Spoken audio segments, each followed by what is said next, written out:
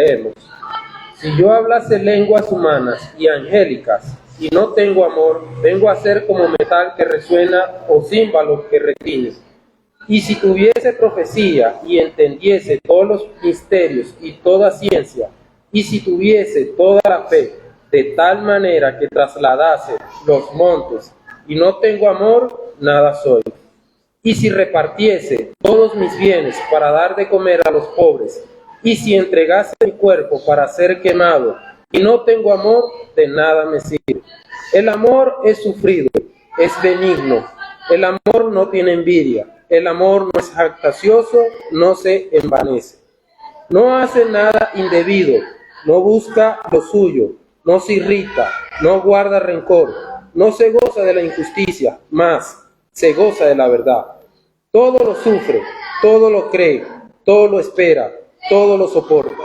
El amor nunca deja de ser, pero las profecías se acabarán y cesarán las lenguas y la ciencia acabará. Porque en parte conocemos y en parte profetizamos. Mas cuando venga lo perfecto, entonces lo que es en parte se acabará. Cuando yo era niño, hablaba como niño, pensaba como niño, juzgaba como niño. Mas cuando ya fui hombre, dejé lo que era de niño. Ahora vemos por espejo, oscuramente, mas entonces veremos cara a cara. Ahora conozco en parte, pero entonces conoceré como fui conocido. Y ahora permanecen la fe, la esperanza y el amor. Estos tres, pero el mayor de ellos es el amor.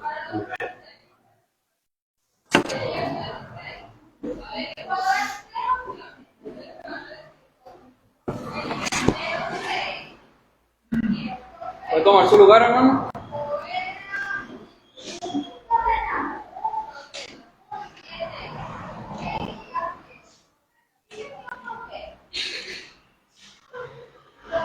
Será cantar un especial antes de la predicación, espero que sea de bendición. ¿Se me escucha? Que se calle el poeta de una vez, no hable más, que ni siquiera pronuncie la palabra libertad, porque qué libertad ha tenido el ser humano. Este mundo de hoy está lleno de esclavos que revisen la historia y que hagan corrección, porque la esclavitud no ha tenido abolición. Hay cadenas y grillos sujetando al ser humano, que tan solo se rompen cuando se acude al Calvario. Y me hizo libre, Cristo me hizo libre, rompió las cadenas de mi esclavitud. Y me hizo libre, libre por su muerte, libre por su sangre, libre por su cruz. Cuando admiro tu obra, Salvador, si se dará al mundo libertad y gran valor. Si vinieras hoy, estarías horrorizado. El mundo está postrado bajo el yugo del pecado. Que detengan la obra y el escritor escriba más, hasta que no comprenda lo que es la libertad. Libertad de placeres, de deseos y pasiones. Libertad que se obtiene cuando se acude al Calvario. Y me hizo libre, Cristo me hizo libre, rompió las cadenas de mi esclavitud. Y me hizo libre, libre por su muerte, libre por su sangre, libre por su cruz. Y me hizo libre, Cristo me hizo libre, rompió las cadenas de mi esclavitud, me hizo libre, libre por su muerte, libre por su sangre, libre por su cruz.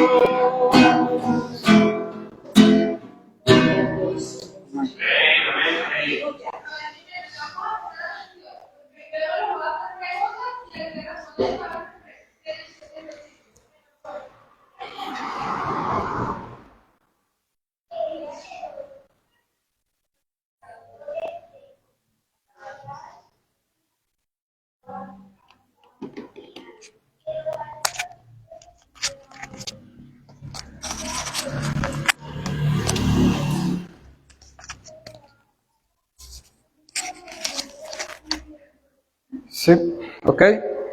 Vamos a... Es la predicación, hermanos, de esta mañana. Espero que sea de gran bendición a su vida, que el Señor pueda hablar a su corazón. Estuvimos estudiando en la escuela dominical acerca de la perfecta palabra de Dios, la cual es suficiente para que nosotros podamos conocerle y amarle. Amén. La perfecta palabra de Dios es suficiente para conocerle y amarle. Es decir, ya no necesitamos, hermano, una revelación de Dios. Ya no necesitamos que podamos tener un sueño acerca de Dios para poder conocerle. Nosotros le conocemos a través de su palabra. Amén. ¿Y qué hace que la Biblia sea perfecta? ¿Por qué decimos que la palabra de Dios es perfecta? Vamos a ver quién recuerda. Porque se cumplió. Se cumple la palabra de Dios. Se ha cumplido, se está cumpliendo y se va a cumplir. Amén. La palabra de Dios es verdad. ¿Qué más? Por su... Correcto, porque está inspirada por alguien perfecto. Es perfecta porque el que la inspiró no fue un hombre. No fue que por haberla escrito un hombre es de interpretación privada o de voluntad humana. Dice que todos los hombres de Dios hablaron siendo inspirados por el Espíritu Santo. ¿Amén? ¿Y qué más? Por su unidad. Dice la Biblia que el mismo Jesús, hablando con los dos discípulos que iban de camino a Emaús, le comenzó a hablar desde Moisés y por todos los profetas acerca de lo que de él decían. Entonces toda la Biblia, hermano, tiene un solo mensaje, toda la Biblia tiene un solo propósito y apunta hacia una persona, al Señor Jesucristo. Amén. Nosotros vemos en el Antiguo Testamento, por ejemplo, el tabernáculo o el templo, y el Señor Jesucristo dijo que su cuerpo era el templo, que lo iba a derribar y en 3 días lo iba a volver a levantar. La Biblia nos menciona en el Antiguo Testamento los sacrificios, que era un cordero sin mancha, sin defecto. ¿Y qué dijo Juan el Bautista cuando vio a Jesús? Este es el Cordero de Dios que quita el pecado del mundo. Y si yo le sigo mencionando todas las cosas del Antiguo Testamento, tal cual como dice Hebreo, todas apuntaban hacia el Señor. Todas apuntaban hacia el Señor. ¿Quién es el gran sumo sacerdote? ¿Quién era ese Melquisedec al cual Abraham le dio las ofrendas y los diezmos de todo lo que tenía? Hermano, vemos al Señor Jesucristo por todas partes en la Biblia. En todos los libros. Si usted estudia un libro de la palabra de Dios y usted no pudo conseguir a Cristo allí, tiene que leerlo y leerlo hasta que lo consiga, porque ahí está. Amén. Usted puede ver en Daniel cómo los amigos de él, Sadrach, Mesach y Abednego, fueron lanzados al horno de fuego. Eran 3. Pero cuando la gente estaba mirando, dice la Biblia que vieron a ¿cuántos? A 4. Y el cuarto era semejante al Hijo de los dioses. ¿Quién era ese que estaba allí, hermano? El mismo Señor, hermano, y vemos a Cristo por toda la Biblia. Él es el personaje principal de este libro. Ahora, ¿cuál es la finalidad de la palabra de Dios? Vamos a ver lo que dice ahí en 1 Corintios, capítulo 13.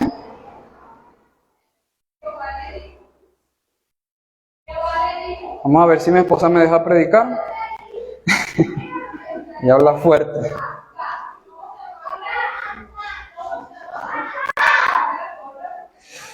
El versículo 9 al versículo 13. Porque en parte conocemos y en parte profetizamos. Mas cuando venga lo perfecto, ¿qué es lo perfecto? La Biblia. Amén. Y usted pueda responder inmediatamente. Ya usted sabe a qué se refiere ese versículo allí. No está hablando de Cristo. ¿Por qué? Porque ya Cristo vino, estuvo entre nosotros y estuvo también en perfección. Es decir, estuvo con un cuerpo glorificado. ¿Sí o no? Sí. Después de resucitar, muchos no le reconocían. Su mamá le quería tocar, él dijo, todavía no he subido a mi padre. Estaba con un cuerpo glorificado. Entonces, si este versículo se refiriera a Cristo, cuando Él resucitó, hubiesen acabado las profecías, se hubiese acabado las lenguas y todo lo que dice la palabra de Dios aquí. Pero estaba hablando, era de la Biblia. Amén. Cuando se cumpliera, allá al final, ese amén y ese punto de Juan, ahí iban a cesar todas las revelaciones, porque ya tenemos toda la revelación completa. Versículo 9 dice, en parte conocemos, en parte profetizamos, mas cuando venga lo perfecto, entonces lo que es en parte se acabará. Cuando yo era niño, hablaba como niño, pensaba como niño, juzgaba como niño. Mas cuando ya fui hombre, dejé lo que era de niño. Ahora vemos por espejo oscuramente, mas entonces veremos cara a cara. Ahora conozco en parte, pero entonces conoceré como fui conocido. Y ahora permanecen la fe, la esperanza y el amor, estos tres, pero el mayor de ellos es el amor. Hermano, la finalidad de la Biblia, de la palabra de Dios, es que nosotros como cristianos y que toda la humanidad pueda conocer completamente, en su totalidad, a Dios. Esta es la finalidad que tiene la palabra de Dios. La Biblia no tiene como finalidad de que usted sepa qué ocurrió allá en el principio, cómo se crearon las cosas. No tiene la finalidad de que usted sepa una historia. Tiene la finalidad de que usted tenga conocimiento y empiece a debatir con personas. Esa no es la finalidad de la Biblia. La finalidad de la palabra de Dios es que podamos conocer al Dios de la Biblia. Amén. Que podamos conocer al Señor realmente. Y hay algo aquí interesante, hermanos, porque muchos saben quién es Dios, pero no todos conocen a Dios. Y estoy hablando aún de los cristianos. Muchos sabemos quién es Dios, pero no todos saben, no todos conocen al Señor. Le pongo algunos ejemplos.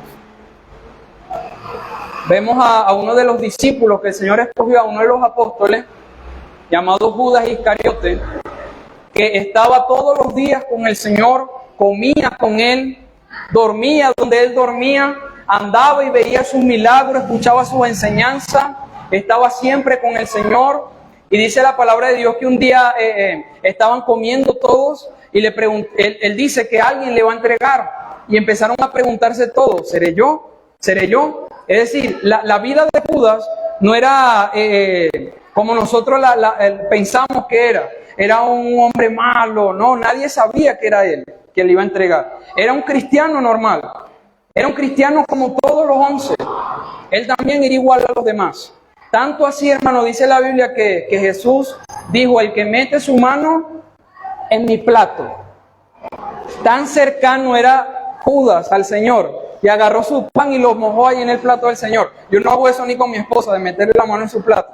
Me pega ahora, no, por respeto. Pero hablando aquí, hermano, de la cercanía que había entre ellos. Jesucristo, ¿cómo le llamaba a Judas? Le decía amigo, pero le conoció. Judas conoció al Señor.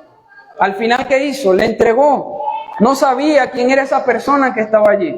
Y cuando le entregó, él sintió un remordimiento y dije, entregué a una persona inocente. Pero no reconoció que Jesucristo era Dios. No conoció al Señor. Vamos a ver en Juan, el Evangelio de Juan, capítulo 18. El Evangelio de Juan, capítulo 18, versículos 37 y 38. Otra persona que estuvo muy cerca de conocer al Señor. Supo quién era. Sabía que era Jesús de Nazaret. Sabía lo que él hacía milagros, él predicaba y enseñaba, él conocía, él sabía quién era Jesús. Y le dice en el versículo 37, y le dijo entonces Pilato, luego, ¿eres tú rey? Respondiendo Jesús, tú dices que yo soy rey. Yo para esto he nacido y para esto he venido al mundo, para dar testimonio a la verdad. Todo aquel que es de la verdad, oye mi voz. Y Pilato le hace la pregunta del millón, hermano, que todos nosotros deberíamos hacer, pero no para como de incredulidad, sino para conocerlo más. Y él pregunta, y le dijo Pilato, ¿cuál fue la pregunta? ¿Qué es la verdad? Hermano, tenía la verdad ahí en sus narices. Tenía la verdad frente a él, pero no le conoció, hermano. Dice la Biblia en el versículo 39, perdón, ahí mismo en el 38. Y le dijo Pilato, ¿qué es la verdad? Y cuando hubo dicho esto, salió otra vez a los judíos. En otras palabras, le hizo la pregunta e inmediatamente le dio la espalda y se fue. No esperó la respuesta, hermano. Y lo tenía ahí frente a él. En el capítulo 14 de ahí mismo de Juan, el versículo 6, que dice, Jesús le dijo, yo soy el camino y la verdad. La verdad no es una cosa, la verdad es una persona. Y estaba allí, hermano, frente a Pilato, y Pilato no la conoció. Sabía quién era, sabía lo que hacía, pero no lo conoció. Porque si lo hubiese conocido, hermano, Pilato hubiese sido un hombre salvo. Hermano, la finalidad de la Biblia es que podamos conocer al Dios de la Biblia. La finalidad de la Biblia, hermano, es que podamos tener ese encuentro personal con el Señor. Y no habla de una sola vez y para siempre. Ya me encontré con el Señor, porque todos nosotros tuvimos un encuentro con Él. Los que le hemos entregado nuestra vida a Cristo, usted tuvo un encuentro personal con el Señor. Usted le dijo, Señor, te entrego mi vida.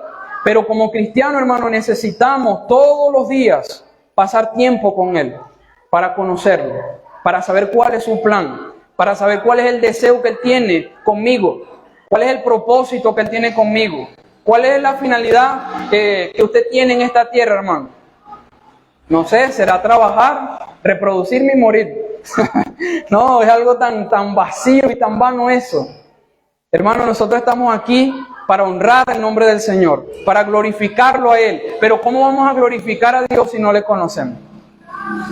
Por eso era que Pablo dice, ahora nosotros estamos viendo en un espejo, pero oscuramente. Hermano, ¿cómo se ve usted en un espejo de un cuarto que no tenga luz? Usted ve una silueta, usted se ve allí, pero puede ver sus imperfecciones. Pero él dice, más, cuando venga lo perfecto, voy a ver cara a cara al Señor. Más, cuando venga lo perfecto, yo le voy a conocer, así como Él me conoce a mí.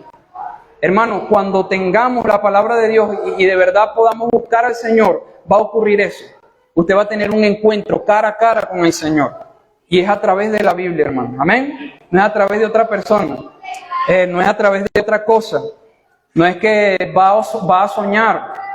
Si usted sueña, ¿verdad?, con el Señor, quizás puede comer muchas caraotas. Y bueno, aquí no comen casi caraotas. Eso en Venezuela que el que no coma caraota es pecado, ¿verdad? Pero nosotros, hermano, encontramos al Señor solamente a través de su palabra, a través de la Biblia. Por esto es necesario, hermano, que le conozcamos. Los discípulos, otro ejemplo de personas que vivieron con Él y no le conocían. Nosotros pensamos que los discípulos, cuando el Señor les dijo, sígueme, y dejaron todo y le siguieron, ya ahí ellos sabían quién era Él, ya sabían lo que Él venía a hacer, habían aceptado su plan. Hermano, ellos no sabían ni papa. Ellos solamente tuvieron el encuentro que usted y yo tuvimos con el Señor. Señor, te entrego mi vida porque soy un miserable. No puedo hacer nada sin ti. Pero los discípulos, la mayoría de ellos, o todos ellos, en el libro de Marcos usted puede conseguir eso. La pregunta que más se repite de los discípulos, ¿sabe cuál es? ¿Quién es este? ¿Quién es este? Dice que una vez sanó a un paralítico. ¿Sí recuerdan? Que lo traían sus 4 amigos, lo bajaron por el techo, lo sanó, pero antes de sanarlo, Él no le dijo, levántate de una vez. Lo primero que le dijo que fue, tus pecados te son perdonados. Y ahí no fueron sus discípulos, pero sí los que estaban alrededor, los fariseos, los escribas, empezaron a preguntar si quién es este.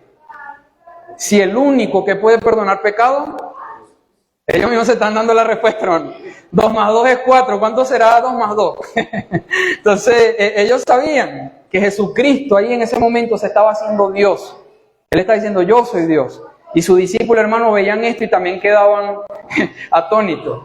Dice que estaban una vez en el mar y había una tempestad muy grande y el Señor estaba durmiendo. Y lo despiertan, Señor, vamos a morir, ayúdanos, sálvanos.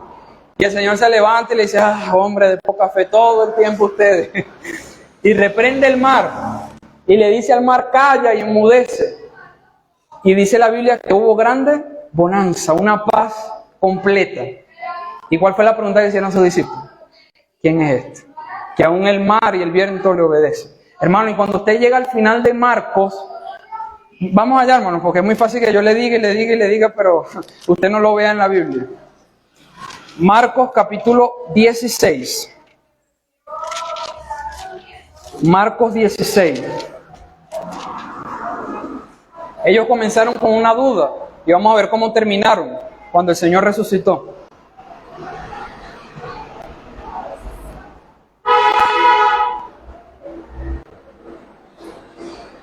Versículo 14. Finalmente se apareció a los 11 mismos, estando ellos sentados a la mesa, y les reprochó su incredulidad y dureza de corazón. ¿Por qué?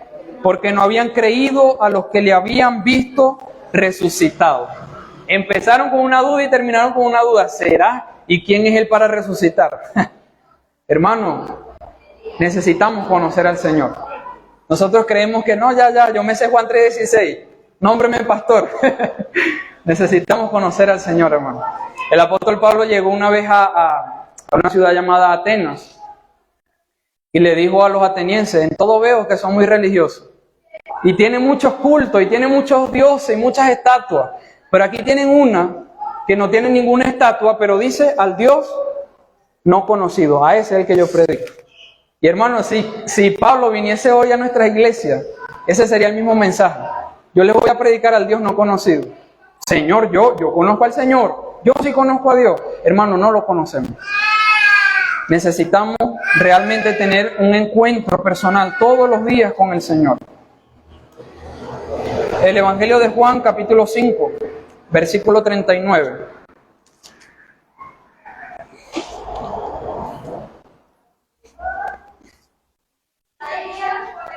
Juan 5:39. Amén. Escudriñad las Escrituras, porque a vosotros os parece que en ellas tenéis la vida eterna, y ellas son las que dan testimonio de mí. Es decir, ahí está la vida eterna. Y él le dijo, ¿quién es la vida eterna? Soy yo mismo. Ellas son las que dan testimonio de mí. Pero nos manda a hacer algo, hermano, que escudriñemos. No está hablando de solamente leer. No, ya yo leí hoy Proverbio. El proverbio que toca hoy ya yo lo leí. Ya yo leí Salmo. Ya yo leí un capítulo de la Biblia. No es leer, hermano, es escudriñar. Es decir, que usted indague y usted llegue hasta el punto de ver al Señor en lo que usted está leyendo. Que usted entienda, Señor, ¿qué es lo que tú quieres que yo haga? ¿Qué es lo que tú quieres que yo haga hoy con esto que me has enseñado? Esto es conocer al Señor todos los días. Juan 8, ahí mismo en el Evangelio de Juan, capítulo 8, versículo 31.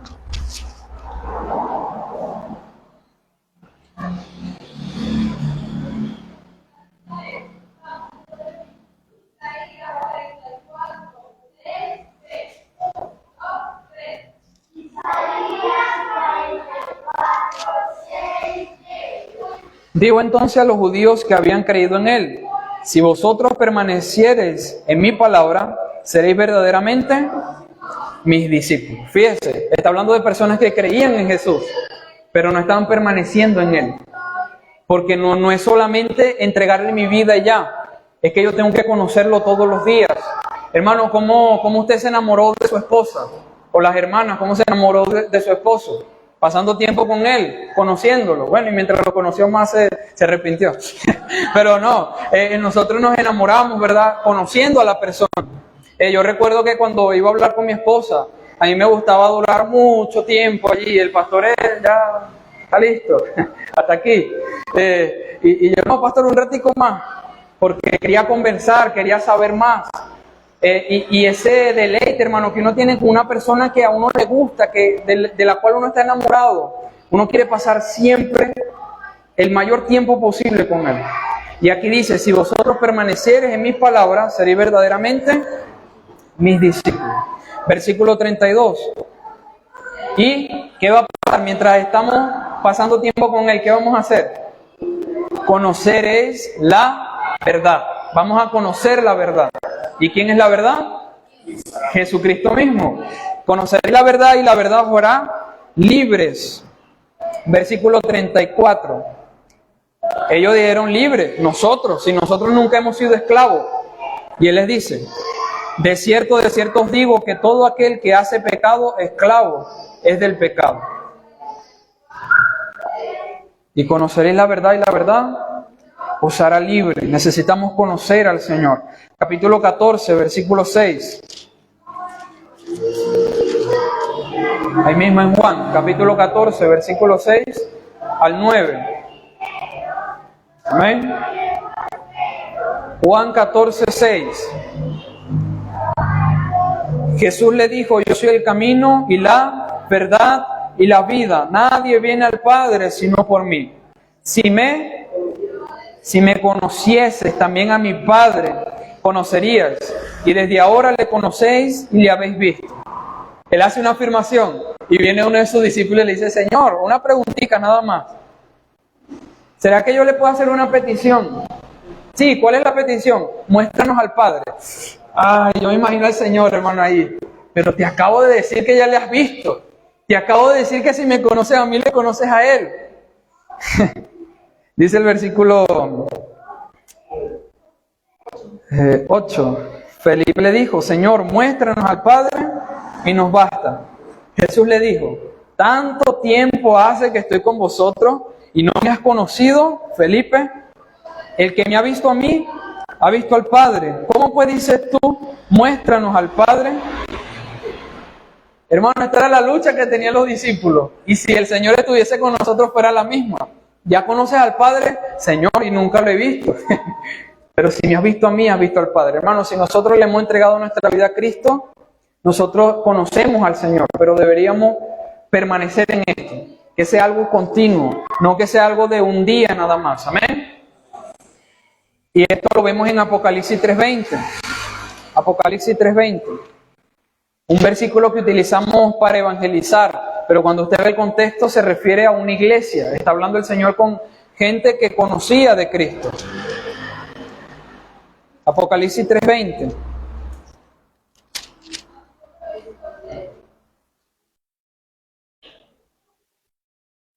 Está hablando con la iglesia de Filadelfia.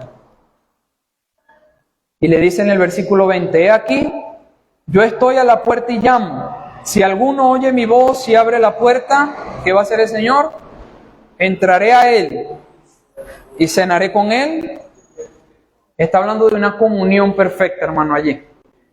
De que usted todos los días pueda tener una cita con el Señor. De que todos los días usted puede invitar al Señor, Señor, quiero hoy tener una cena contigo. Es decir, quiero compartir. Es más, cuando yo salía a comer con mi esposa, era más lo que hablábamos que lo que comíamos.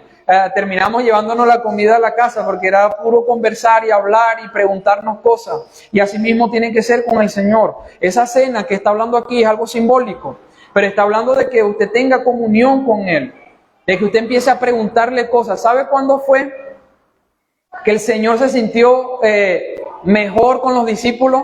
Cuando le hicieron una pregunta, o le hicieron una petición, perdón. Ellos le dijeron, Señor, enséñanos a orar. Eso era lo que yo quería, dice el Señor. Así es que me gusta. Eso es lo que yo quiero. Que ustedes me busquen a mí para aprender a hacer la voluntad de mi Padre. Hermano, y nosotros buscamos al Señor para saber cuál es su deseo, cuál es su plan de redención eterna, cuál es el deseo que Él tiene con nosotros. Por eso pasamos tiempo con Él. Por eso es que debemos conocerlo. Por eso es que debemos tenerlo presente siempre en nuestras vidas.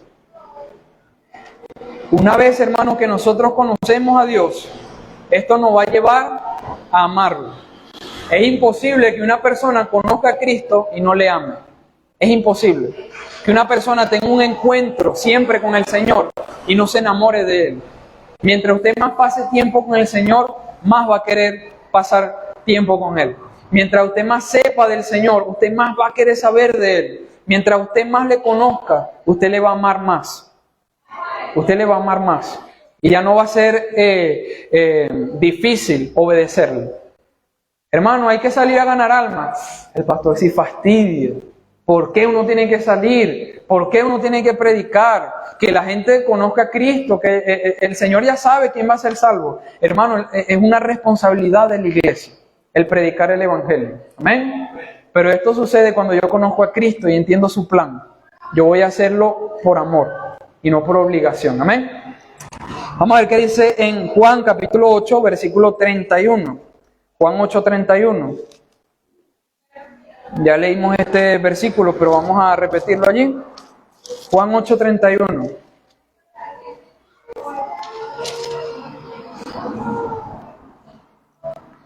Dijo entonces Jesús a los judíos que habían creído en Él: si vosotros permaneciereis en mi palabra, seréis verdaderamente... Hermano, permanecer en el Señor es amarlo. Permanecer en el Señor es amarlo. Porque yo no voy a permanecer con una persona a la cual yo no amo. ¿Sí me entienden? Yo no voy a estar siempre con una persona si yo no la amo.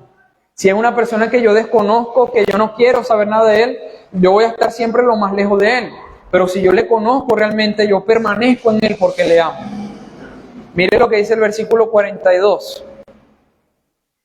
Jesús entonces le dijo: si vuestro Padre fuese Dios, ciertamente me amaríais, porque yo de Dios he salido y he venido, pues no he venido de mí mismo, sino que Él me envió.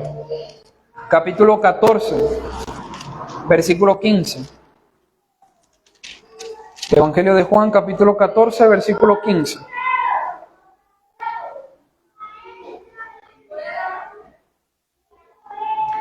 ¿Qué dice? Si me amáis, guardad mis mandamientos. Si realmente nosotros amamos al Señor, nosotros vamos a hacer lo que Él nos dice. Y no va a ser por imposición, por obligación, porque es que el Señor me está mandando y tengo que hacerlo a juro. Porque ¿qué va a decir el pastor? ¿Qué van a decir los hermanos? No, cuando yo obedezco al Señor, hermano, lo hago porque le amo, porque le conozco, porque permanezco en Él. Y sus mandamientos, dice la Biblia, que no son gravosos, no son pesados, no son una carga. Lo vamos a hacer porque le amamos. Hermano, ¿cómo puede usted pagar la salvación que el Señor le ha dado? ¿Cómo puede usted pagar lo que el Señor ha hecho por usted en esa cruz del Calvario? ¿Ah? No hay manera de que usted le pague al Señor. Lo único que pudiéramos hacer, lo mínimo que deberíamos hacer, es agradecerle con nuestras vidas. Y sí, ahí entra lo que es el predicar el Evangelio. Cuando usted no sale a evangelizar, hermano, usted no ama a Dios.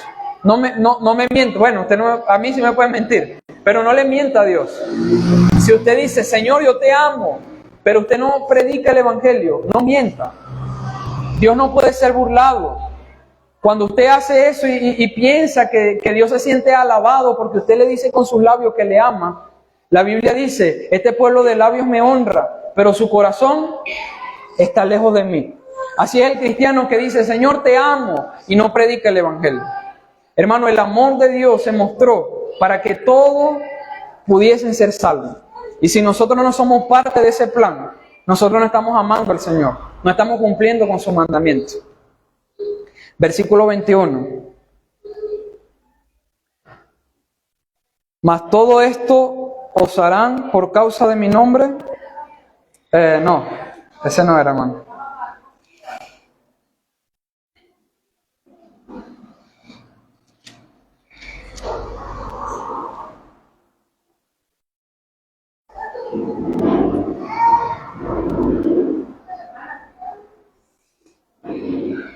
Se me perdió el versículo, hermano, pero bueno.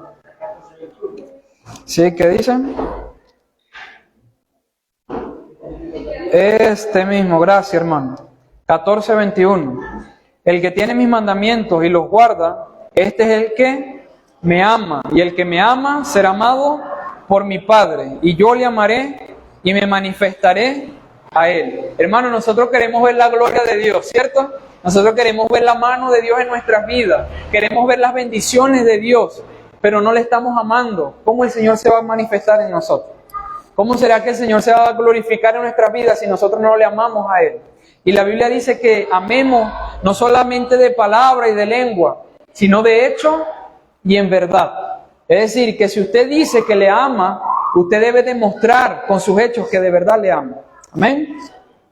Y demuestra que le ama guardando sus mandamientos.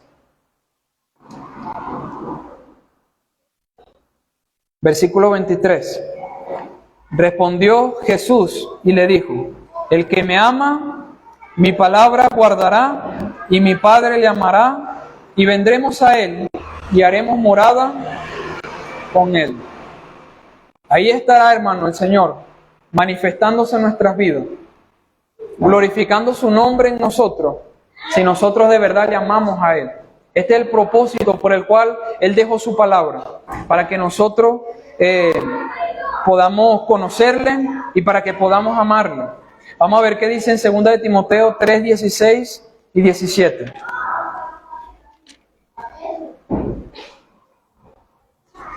Segunda de Timoteo 3:16 y 17.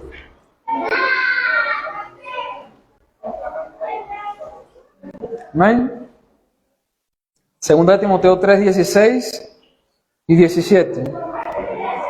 Toda la Escritura es inspirada por Dios y útil para enseñar, para redarguir, para corregir, para instruir en justicia. ¿Y cuál es la finalidad?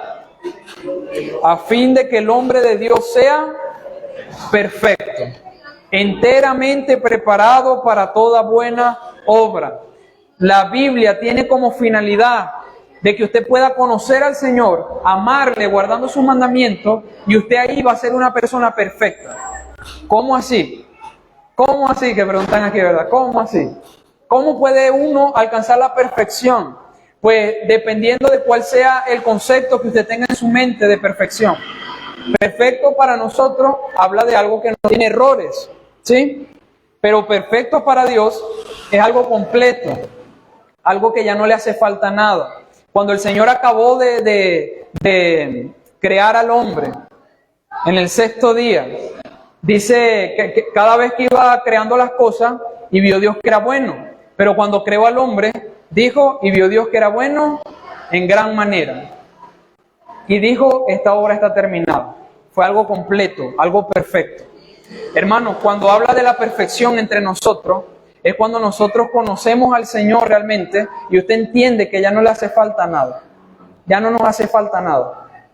Nosotros malinterpretamos ese versículo de Salmos 23:1.